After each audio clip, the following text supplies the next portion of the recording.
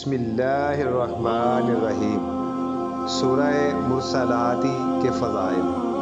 سورہ مرسلات مکی صورت ہے، اس میں 50 آیات اور 2 رکوع ہیں۔ تلاوت کی ترتیب کے اعتبار سے یہ قرآن مجید کی 77 نمبر صورت ہے۔ مرسلات کا معنی ہے بھیجی ہوئی ہوائیں۔ اس صورت کی ابتدائی آیات میں ہواؤں کی قسم کھا کر آخرت کے احوال بیان ہوئے ہیں، اس لیے اس صورت کا نام سورہ مرسلات ہے۔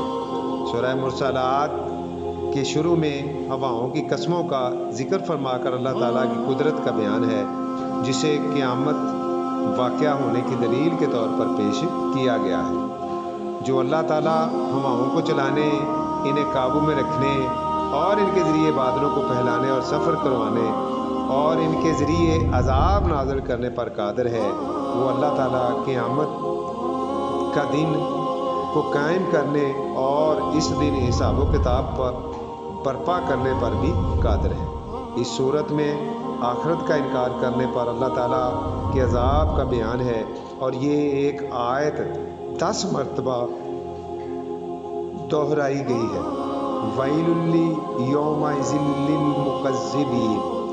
ترجمہ: اس دن جھٹلانے والوں کے لیے تباہی ہے۔ اس صورت میں اہل جہنم کی سزاؤں اور نیک لوگوں کے لیے جنت کی نعمتوں کا تذکرہ ہے۔ جہنم میں جانے کی ایک بڑی وجہ آخرت کا انکار ہے۔ اللہ تعالی ہمیں جہنم سے بچائے، آمین۔ السلام علیکم۔